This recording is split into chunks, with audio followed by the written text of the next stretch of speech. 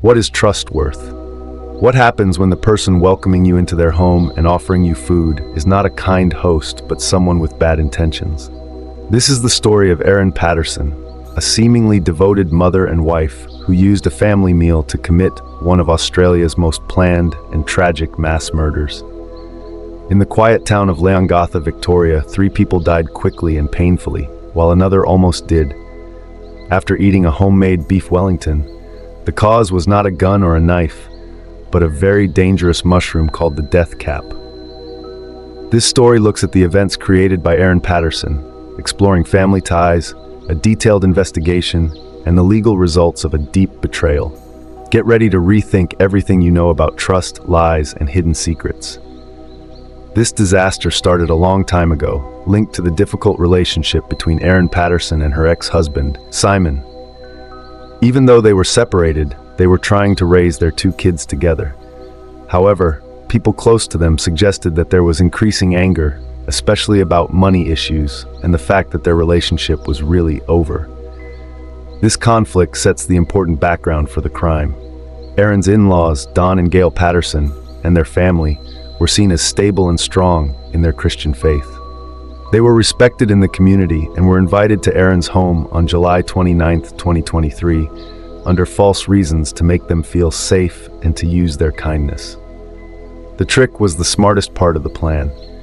Erin lied to her family, saying she had serious ovarian cancer. She claimed that the lunch was to get their comfort, advice, and support on how to tell her kids about the news. This lie was a planned emotional move that ensured 4 people she wanted to get rid of would come to her place. The victims, Don, Gail, Heather, and Ian Wilkinson, came not to celebrate but to comfort each other, feeling very vulnerable, which Erin took advantage of.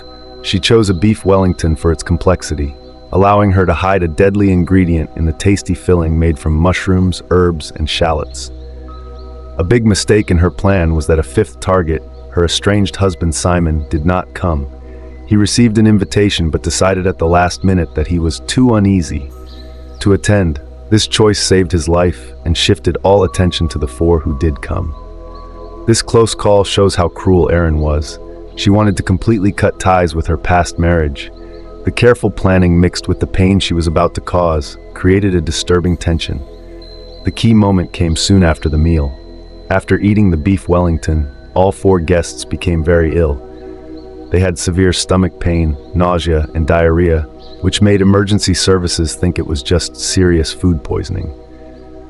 But as days went by and their organs started to fail and did not respond to standard treatments, it became clear that this was more serious. The problem was not bacteria. It was the deadly amatoxin, which has no cure, leaving doctors powerless as it slowly harmed the patient's livers. On August 4th and 5th, Gail, Heather, and Don were killed, leading to a major police investigation. The police quickly realized it was unlikely that 3 people got food poisoning at the same time. The main suspect was the hostess, Erin. To prove she meant to harm, the police needed solid evidence, which they often lacked. Investigators looked closely at Erin, who had cooked the food and had eaten it too. During her first police interview, Erin seemed calm and said the poisoning was an accident. She claimed she used both store-bought and wild mushrooms. At first, they considered the possibility that she might have mistaken a poisonous mushroom for a safe one. However, as the investigation continued, they noticed Erin's behavior after the meal was more about hiding than showing concern. They also looked into Erin's ex-husband, Simon, who had missed dinner. They wondered if he was the target and Erin was just a victim. But this idea was quickly set aside as evidence pointed to Erin's planning. The key evidence came from Ian Wilkinson, the only survivor. Even while very sick, he told the police about the dinner plates. The victims ate from large gray plates, while Erin used a smaller orange tan plate. This evidence showed that Erin knew the food was dangerous and took steps to protect herself. The investigation then looked into Erin's online history for clues about mushrooms. Erin admitted to deleting her phone after the deaths, saying she panicked and wanted to erase proof of her mushroom gathering. This deletion raised suspicions. Why would an innocent person try to hide evidence more? The police found Erin on CCTV after the deaths, throwing something away. They searched the dump and found a food dehydrator, which was crucial evidence. Forensic tests on the dehydrator showed traces of a deadly mushroom toxin. The prosecution argued that Aaron used it to create a poison that was mixed into the meal. This proved that the poison was prepared on purpose. Aaron's actions, faking cancer, switching plates, and hiding the dehydrator, painted a picture of cold planning. The prosecution suggested her motives included breaking up her family and possibly harming Simon. The case drew significant media attention, highlighting the shocking betrayal in a seemingly normal family. The prosecution charged Aaron with 3 murders and 1 attempted murder based on strong evidence, including her lies and actions after the incident. Police teams went to the location and searched through piles of trash. Finding a food dehydrator was a success for regular police work and investigation methods. The forensic analysis of the dehydrator proved that the death of the victims was not an accident. The machine had traces of a deadly mushroom toxin. The prosecution argued that this dehydrator was used to turn the mushrooms into a strong, invisible powder, which was then mixed into the beef Wellington. This showed that the poison was made on purpose and given to the victims.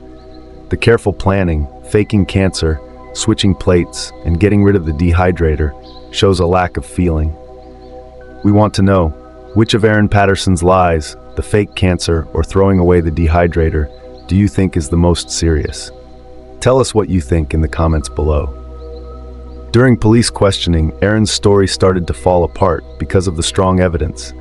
She had to face the CCTV footage and the forensic results from the dehydrator. Her excuses changed from complete denial to feeling sorry for herself, saying she panicked. She maintained that she served the meal but claimed she didn't know about the poison. Her ability to keep up a normal appearance, even while her victims were dying, became an important part of the case. The focus was not just on getting a guilty verdict, but on showing how important family is and how deeply Aaron Patterson broke trust. The decision to charge Aaron Patterson with 3 murders and 1 attempted murder came from strong evidence: her fake cancer, buying poison, separating plates, destroying evidence, and lying. The prosecution's case showed how different pieces of evidence connected to prove her guilt.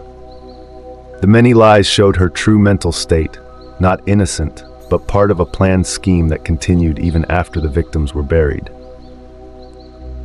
Before the trial, there were strong legal arguments.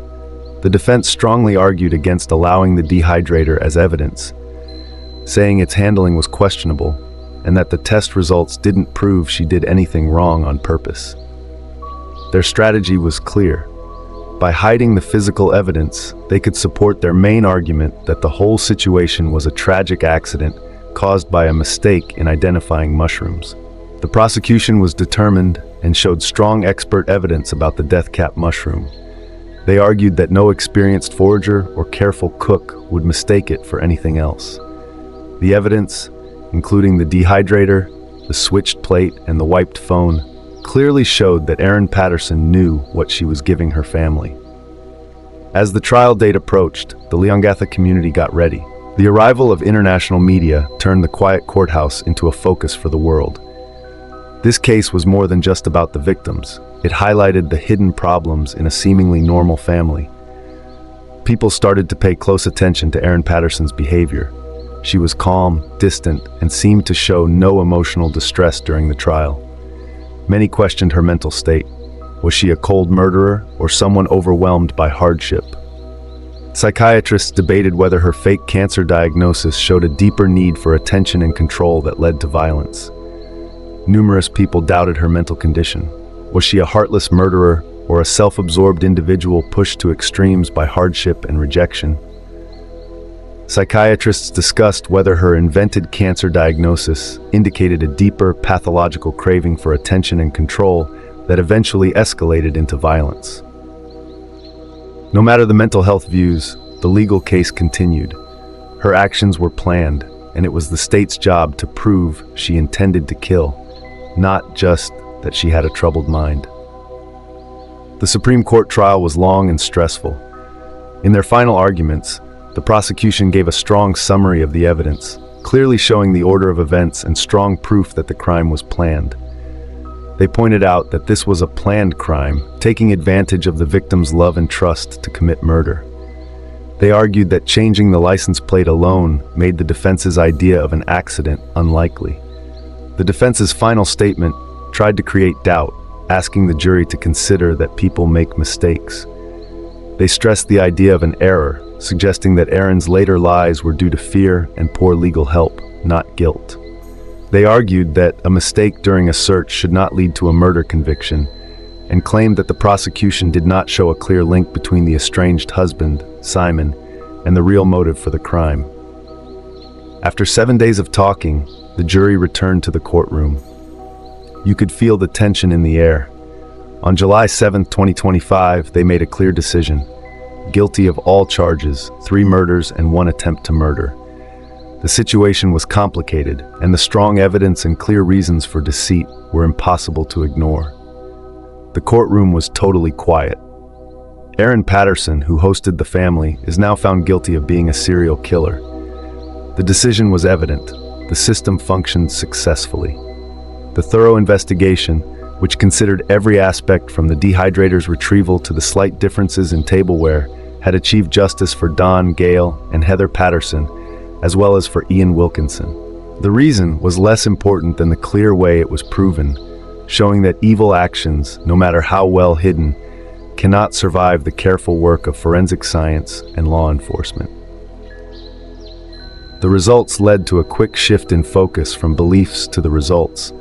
The community felt a bit better, but was still deeply affected by the crime. Sharing a meal, a simple way of showing connection, was now overshadowed by the memory of Aaron Patterson's serious betrayal. The case reshaped the definition of domestic violence, demonstrating that the deadliest acts of cruelty can be carried out with a dish and deceit. The judge's final words gave a serious look at the mental impact of the crime. He faced the reality of her future. Because of the bad reputation and public dislike caused by her actions, Aaron Patterson is known as a notorious inmate. This label means she will probably spend a lot of time alone for her safety, staying in her cell for more than 22 hours a day. Justice Beal said he thought carefully about the effects of this strict isolation when deciding her non-parole period. We have checked the proof. Now, we want you to think. Do you believe Aaron Patterson did what she did for money, or because she wanted to control her husband and his family? If you want to learn more about crime and investigations, please subscribe to our channel and turn on notifications. Let us know your thoughts in the comments below. Subscribe for more gripping true crime breakdowns, mysteries, and criminal psychology stories, only on Twisted Case.